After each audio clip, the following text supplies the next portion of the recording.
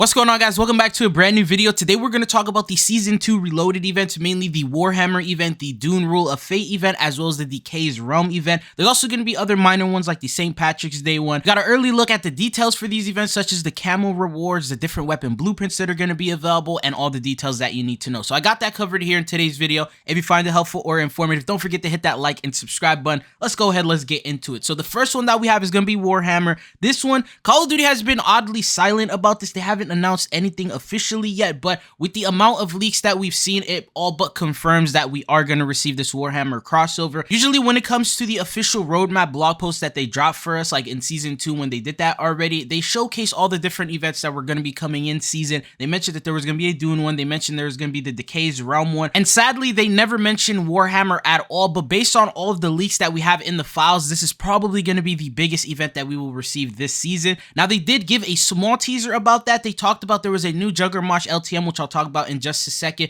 but at the very bottom they mentioned that there was going to be an event to launch alongside this limited time mode. They didn't name the exact event and sort of kept that quiet for some reason, so I'm expecting this upcoming Wednesday, tomorrow, or after tomorrow on Thursday, we will get a new roadmap, and I feel like there's going to be new marketing photos. They're probably going to drop a huge teaser trailer for that Warhammer crossover if it does happen. We have seen them do this in the past. If the Reloaded update is big enough, they will drop an entire new marketing roadmap. We saw that with Season 4 Reloaded of Modern Warfare 2 when they did the Massive Boys event. That sort of brought in Homelander as the main character front and center. I'm guessing it's going to be something like that, but with like an Ultramarine or a Space Marine, someone from Warhammer being the main focus of the roadmap. But yeah, this is like a little example that I made already a couple days ago. They're probably going to drop something very similar to this in the next upcoming days. But let's talk about the content that you're actually going to be able to get to enjoy and play. As I said, there's going to be a new Juggermosh LTM, and because we talked about how in the files there's actually a Space Marine, a blue Ultramarine leaked, as well as the Blood Angels that were also leaked, and these are going to be coming in as Juggernaut outfits. So this is just a little quick showcasing recap if you guys have missed out on any of those videos. These are not going to be operator skins, they're going to be Juggernaut skins. It makes complete sense if they made them Juggernaut skins. It's not often people get a Juggernaut every single game to be able to use that outfit, so it really wouldn't have made sense. But since they're introducing this mode, here are the details about that. They mentioned that this is going to be a special third-person perspective multiplayer mode variant called Juggermosh, which means that you are going to be able to actually look at the operator skin that you put on. So if you put on these Ultramarine, Blood Marine outfits, you're going to be able to actually see what they look like. I remember a lot of you guys wanted to see third person come back in Call of Duty, and this is actually a mode that's going to have that. But other than that, it says this is an all Juggernaut combat all the time within matches of kill confirmed, domination, and hardpoint. And here are the details. Aside from the wanton mayhem this mode brings, there are additional rules that add a tactical twist. Maneuver your hulking armor to the middle of the map and secure a powerful one-hit kill melee weapon. This melee weapon is more than likely going to be a variant of the Soul Render melee weapon that is going to be introduced in the Reloaded update. If you guys recall, something that they use a lot in Warhammer is the chain sword. This is definitely something that we've already seen finishing moves being added based around. This gives you a little bit more evidence that the Juggermosh LTM is actually tied to Warhammer as well. And then it says giving you tremendous close range power at the expense of becoming the biggest threat on the battlefield.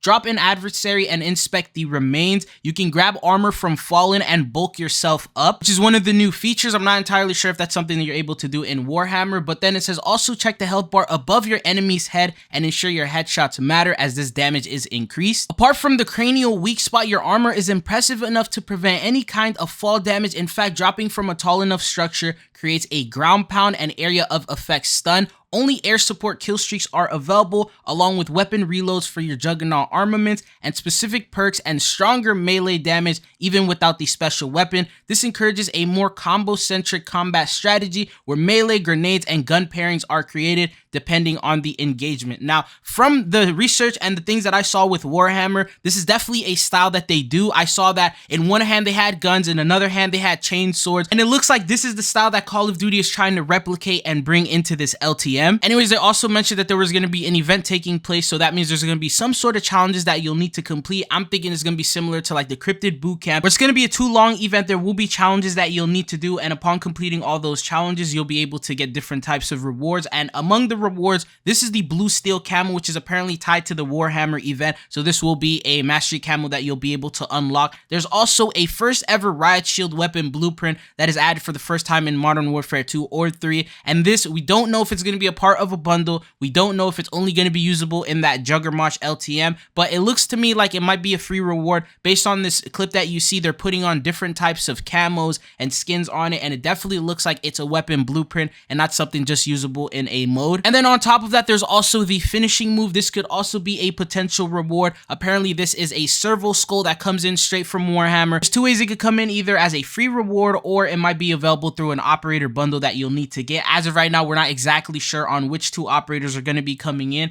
There was rumors that it could be the Sisters of Battle as one of them. Anyways, there was also a different finishing move, which is with the chainsword. My guess is this one might be only available in that Juggermosh LTM when you have the chainsword, so maybe the finishing blow will do this finishing move on people. Not entirely sure, but these are the cosmetics and the content that has been leaked so far. And then you can't forget like the medals that we're gonna have for this Juggermosh LTM, where as you see here, they got the minigun, you see the Juggernaut, there's also a sword, there's also a hammer. Anyways, other than this event, we also have the Dune Rule of Fate event. Unfortunately, not as much information as we have for Warhammer, but this event is going to feature the Fadikin stealth suit skin, which is probably going to be a free reward. We did talk about this a couple days ago. We know that on top of that, there's also going to be a new operator bundle called the Harkonnen Tracer Pack. This is just an early showcase of what that bundle will look like. We're not sure if it's going to be XP based or if it's going to be challenge based. If it is going to be challenge based, they might involve a new LTM. Maybe the bounty mode might be tied to that. I'm not entirely sure, but there's just really not much information in regards to this event. We just know it's coming in. The next event after that is also going to be called the Decays Realm event, which will be another version of the Vortex event. The three maps we got previously, Sporyard, Tetanus, and Satan's Quarry, are going to be making a return with the all new maps or new map variants, which is Airborne for Terminal and Skid Grove for Skid Row. And unlike the other Vortex event that we saw where it was limited to just free for all, this one's going to be available in TDM, Domination, Kill Confirmed, and Hardpoint on rotation. There will be an event coming in, so that means there are going to be rewards that you will unlock. It's more than likely going to be XP based event for the reason that there is a Horseman operator bundle that's going to be coming in, and this is the new version of it, which I believe is called the Pestilence, and it is going to be an ultra skin and it is animated, and probably by putting it on you're going to get an XP boost. Very similar to last time, this will be a 2-week long event and it will be XP based, so that means you're probably going to need XP in the millions in order to be able to get all the different types of rewards. And then speaking of the rewards, we know what one of them is. It's going to be the regular camo, which has like a bunch of maggots, and it is an animated camo. You can see it slightly moving, but this will be the final reward that you'll unlock once you get the max XP goal. In the meantime, there's going to be things like calling cards, emblems, stickers. I think this might be one of the calling card rewards. I can't tell if it's going to be free or if it's going to be a part of that Pestilence bundle, but this could be a free reward for the Vortex event, mainly because it shows both Horseman operators.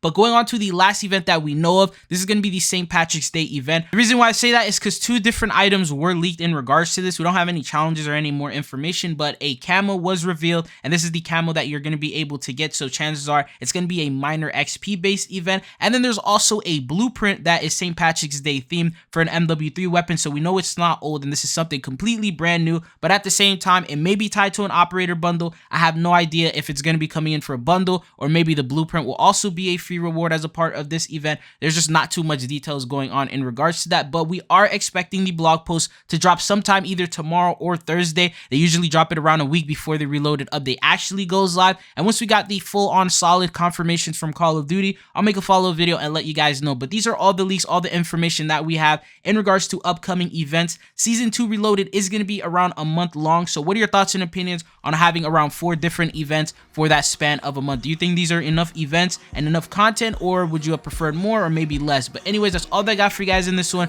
Thank you guys for tuning in. Hopefully I'll be seeing you guys back on the channel again. Peace.